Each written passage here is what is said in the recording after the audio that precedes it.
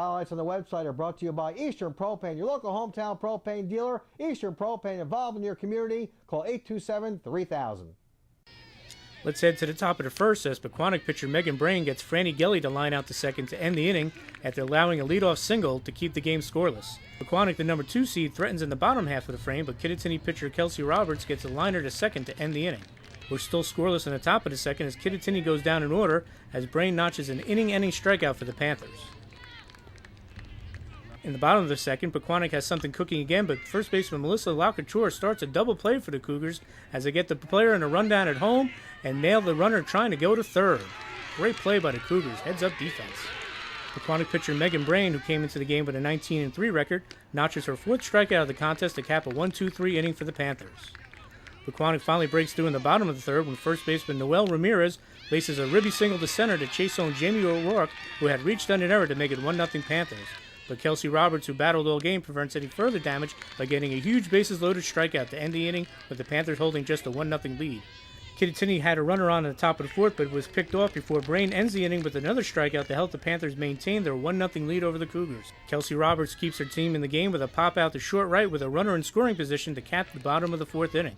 Nina Statura rips a liner to right to freshman right fielder Jamie O'Rourke, but she makes the play to keep the Cougars off the scoreboard in this 10th sectional semifinal clash. Sarah Stock-Lindsay of Kittatinny, who played a marvelous third base all game, snags a liner to end another Pequannock threat as the Cougars still only trail 1-0. With the storm clouds closing in, Megan Smith follows Kate Muller's walk with a base hit to left with no outs to get the Cougars rolling in the top of the 6th inning.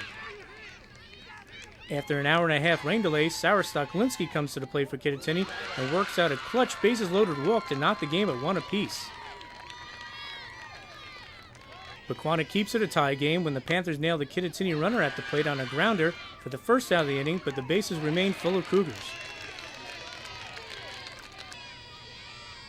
Kelly Moyer, however, breaks the tie with an RBI fielder's choice to chase home Hullings as Kittatinny takes his first lead of the game 2-1. Panthers pitcher Megan Brain then notches another strikeout for the second out of the inning to keep the Cougars at bay for the moment, but the bases are still loaded. But Meg Ferroli picks up the biggest hit of the season as she laces an RBI single to right field to make it 3-1, but the Panthers get out of the inning when the runner is gunned down at trying to score from second. Kelsey Roberts showed no ill effects from the delay. With a newfound lead, she set the Panthers down 1-2-3 in the 6th. Brain does her job in the 7th and induces a comebacker to send the Cougars down quietly as the Panthers look to rally in the home half of the inning. And they do that in the bottom of the 7th as Kristen Brain singles to left with 1 out to keep the Panthers' hopes alive. But after loading the bases, third baseman Sarah Stock-Lindsay makes a tremendous catch at the fence in foul territory to end the threat and send the Cougars to their first sectional final since 1995 with a thrilling 3-1 comeback victory at Pequannock High School.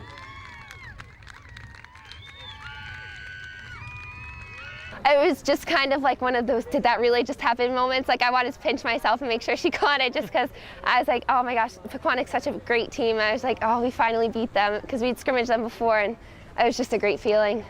I was hoping that I wasn't going to flip over, but I was going to go all out for it anyway. I was just hoping that I was going to catch the ball so I could end the game and so we could win. It's great. Sectional final, first time in I don't know how many years, first time for me. I'm proud of the girls. They've worked hard. They've earned this, and they will earn the final game. It feels awesome because my last up at bat, it was like, I think like 12 pitches or something, and I just wanted it so bad because we lost 4-0 last time, and I went 0 for 3 against her last time, so I just really wanted to make everyone proud and do something for my team. Meg Ferroli and Sarah Stock-Lindsay came up huge during the Cougars' 6th inning rally. I just focused in. I didn't let any of the people that were screaming around me get into my head, and I just saw the pitches. I knew that I didn't break on those 2 outside lows, so I knew that I had an advantage when I was up in the count, so I just went for it. Defense wins championships, and Kittatinny played plenty of it in its comeback victory. It's just phenomenal. I mean, I can't ask for anything more about the girls behind me. I know that even if I throw it down the middle of the plate and they get a great hit, my defense is going to be there to back me up. So it takes a lot of pressure off me to have such a great defense behind me. Defense is huge. I've said that the whole time. Everyone kept saying, it's great to have 2 pitchers, and it's awesome to have 2 pitchers. It's awesome to have the flexibility. But I got to tell you, our pitchers are there because of our defense, and our defense stepped up to the plate. Melissa had the double play, and then Melissa had that play at first, which could have turned the game around. So Melissa was a huge part. Sarah Stock-Lindsay having that out watching that third ball go right down the line and then curve out, I mean, that was a smart move on her part, 2 plays in a row. The Cougars didn't let a torrential downpour and an hour-and-a-half delay slow them down. Being in the batter's box with bases loaded and no outs and then thunder hits, it's kind of a bummer because you like think that the mentality is gonna like run low or like everything, or like the high energy. But we came out even harder after the rain delay. We just stayed focused in there. We had fun. We didn't let anything get to us, and we just came out and handed it to them, basically. I kept a sweatshirt on it, and I stretched it out and threw again before the game, so I felt better after I came out. I was ready to win. I just kept thinking, wait it out and keep the score close so that my batters can come back and win it for me. I had the drive to win. I didn't want my season to be over yet. I still want to keep going. They showed huge character. I mean, the girls wanted it, and being bases loaded, no outs, Sarah Suklinski up to the plate. I mean, we had nothing but to be successful there.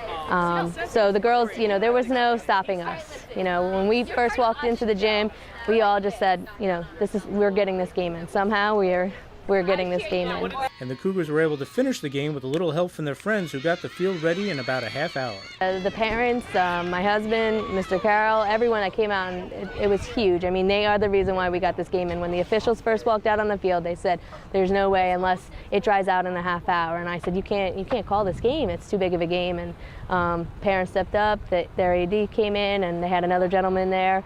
So it was huge. It's because of them that field was playable.